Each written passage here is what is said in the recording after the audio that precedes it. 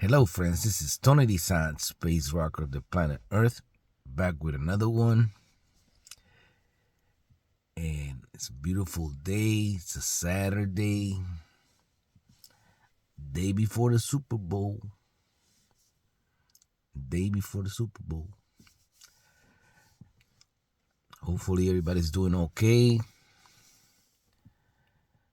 And whoever's not off is because they still got that job. That job. But back again on this month, where we're talking of self-awareness, part of the self-encouragement, self-help series. We're going to be talking about something really important. And you can write this word. This word is important. The subject for today is introspection. Introspection. That's right. What do you mean about that, Tony? Introspection. Introspection. Well, I'm going to explain. Don't worry. It may take me a little while maybe, but I'm going to explain to you what introspection is, how important it is in your life, how important it is throughout your life, and how important it is for you to get a handle on you, on what you do. Not what anybody else does, but what you do. And introspection is basically looking at yourself consciously on the inside. Looking at your thoughts, going inward, looking at your feelings, what is inside of you. It's like a self-examination, mostly like a conscious x-ray of your inside soul, maybe, of your inside thoughts, on your inside feelings. How do you feel inside towards anything? And it's very important. It's very important that you know this, because it's like anything that you want to do in life, you have to know yourself first. And you have to look inward to understand how you react to things,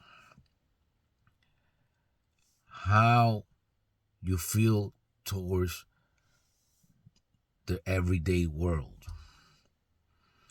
including something called, and this is the hardest one, people. Yeah, people. How do you feel about the whole world? Everything that's inside of it that you can see, including the people. And you have to learn that from the inside by self-examining yourself. This is something that you do on your own. That's what it's called introspection. It's like an inspection on your inside conscious. And you can probably do better if you don't know yourself. So introspection is like a self-reflection. If you don't know yourself, then you're going to have a hard time dealing with the world and with the people. And like anything else, this has a process. And I'm going to be giving you the process right now. It's a 5-step process that you have at your fingertip anywhere. So don't write these down. Don't worry about it. But there's 5 different steps that you go through to examine yourself introspectively. Look at me, introspectively. Yeah, that's what happens when you do these things. The first one is of the 5 steps is analyze recurring thoughts, patterns, and judgments. Analyze recurring thoughts, patterns, and judgments. So basically, you're analyzing your thought patterns that you have every day. Most people say that we have over 60,000 thoughts, experts say. And most of the thoughts, close to 95% of them, are the same thoughts you had the day before. So by analyzing your thought patterns and judgments that you do on yourself, you can begin to let some of those thought patterns go and maybe create new thought patterns and judgments. Because basically you have a lot of judgments on yourself every single day. And basically you have to let go of that. But in order to let go of that, you need to understand it. And in order to understand it, you need to go inside yourself and basically analyze recurring thought patterns and judgments. And that's all I'm going to say about that first one. Let's go to the second one. Identify misalignments between thoughts, words, and actions. Identify misalignments between thoughts, words, and actions. That's first self-explanatory, but I'm going to try. By saying that you're identifying misalignments between thoughts, words, and actions, is basically saying that what you think is not going with the words they're coming out of your mouth and with the actions you're taking. And you have to identify those. There's a misalignment there. Because let's say if you're thinking, oh, I'm going to do this, but you do something else. Or if you're always telling people what you're going to do and it never gets done. That's a big one, right? And that comes into actions. That's why you have to analyze thoughts, words, and actions. And if those are not aligned with what you're doing, you got to look into it. So that's the second one. Third one is discard outdated beliefs and adopt fresh perspectives. Discard outdated beliefs and adopt fresh perspectives. That's a big one because along life, you're going to realize that some of the beliefs that you had are wrong. You have to discard those beliefs, discard those beliefs, and adopt freshly perspectives. Why? Self-explanatory. I mean, let's say your parents, this is a big one. Your parents been telling you this forever. But they didn't know any better because their parents told them that. And their parents' parents told them that. And some of those beliefs are outdated. There's better ways to do things. We're in 2026. And we can't be living in the 40s, in the 1940s, or the 1920s, or even the 1980s. That's a big one, right? We can't be living in those days because those are outdated beliefs. You need new perspectives. You need to adopt new perspectives. That's where innovation comes in. But that's another video. We're looking inward right now. We're taking an X-ray of ourselves. Introspection. That's what we're talking about. Introspection. Respond continuously instead of reacting impulsively. Respond continuously instead of reacting impulsively. I'm guilty. I'm guilty of that one. How many of you are guilty of that one? I'm guilty of that one right there. Respond continuously instead of reacting impulsively. That means take a flow to your reactions. And sometimes it's better to just shut up and think about what you're going to put out of that mouth, or react in some impulsive way that people might think, oh, what's going on with him? Or what's going on with her? And they start wondering like that. They start looking like that at each other, you know.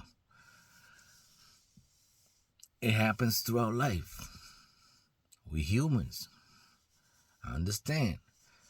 But if you take a big look inside yourself, introspectively, respond continuously instead of reacting impulsively. Because sometimes, even if you say the wrong thing, you could try to change it, right? But if you do something, take an action, sometimes you cannot undo that. So it's better not to respond impulsively. But you could continuously say what you want. And number 5 is cultivate positivity by controlling your mindset. This is a big one. I didn't really understand this one for a long time, but it's very, very true. Cultivate positivity by controlling your mindset. This has to do with the glass half full, glass half empty deal.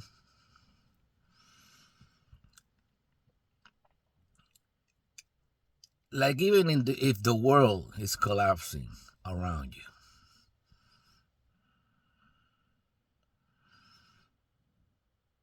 you're like, okay, let me start walking. Maybe if I walk, nothing will happen to me.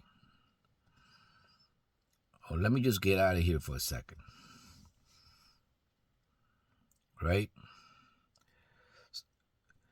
It's about your mindset. Cultivate positivity. Like, for example, all of a sudden you lost a lot of money and stuff because you made a bad deal or something. And you go like, okay, well, let's retract and see how I can do this better. But you don't go in a corner and start crying, start doing your own little pity party. No. If you have your mindset in a way where you see things positive, in the positive way, and I know it's hard, I know it's really hard, but if you have your mindset and this, you exercise this on an everyday level, but if you have your mindset saying, okay, I'm going to look at this in a positive way and try to see, oh, well, at least I got this. It's almost like people would say, you should look at all the stuff that you got instead of all the stuff that you desire or that you want. Before you look and say, oh, poor me, look at all the stuff that you got. Look at everything that you got. First of all, if you got health, that's the main thing right there. But look around. You probably got more stuff that you need. Especially right here in the United States where everybody have a house. Sometimes they got two. And then they can't fit everything in two houses. So they start getting storage spaces. Can you imagine that? You got so much stuff, you need storage space to put the rest of your stuff that you can't fit in two houses. But that's how we live around here. And we complain every single day. Don't do that. Cultivate possibility by controlling your mindset. And like I said, you can get these 5 steps on introspection process anywhere in your fingertips, so you don't have to write them down. Well, what I'm saying is this. Look at yourself. And this has to be done like on a daily basis. You have to take a little time for yourself. And even if it's 15 minutes of what they call mindfulness or meditation or anything, just time for yourself to look at yourself inside and see how things are going. Is the direction I'm going is the direction I want to go? Or am I going in a different direction just to please some people or whatever? So look at that. Introspection is a hard process, but it should be done every single day.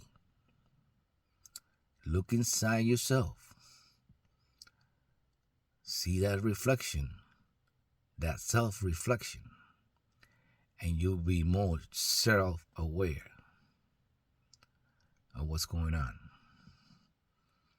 And with this one, I want to say hi to everybody. I want to say hi to all the people around the world that follow my music and follow my videos. I know who you are, and I really appreciate it. Thank you so much. This is Tony Desan, space rocker of the planet Earth, still living in this beautiful planet called Earth today with the subject of introspection. You have to take that x-ray inside your consciousness and see what's in there. Look at it every day. I'll see you on my next video.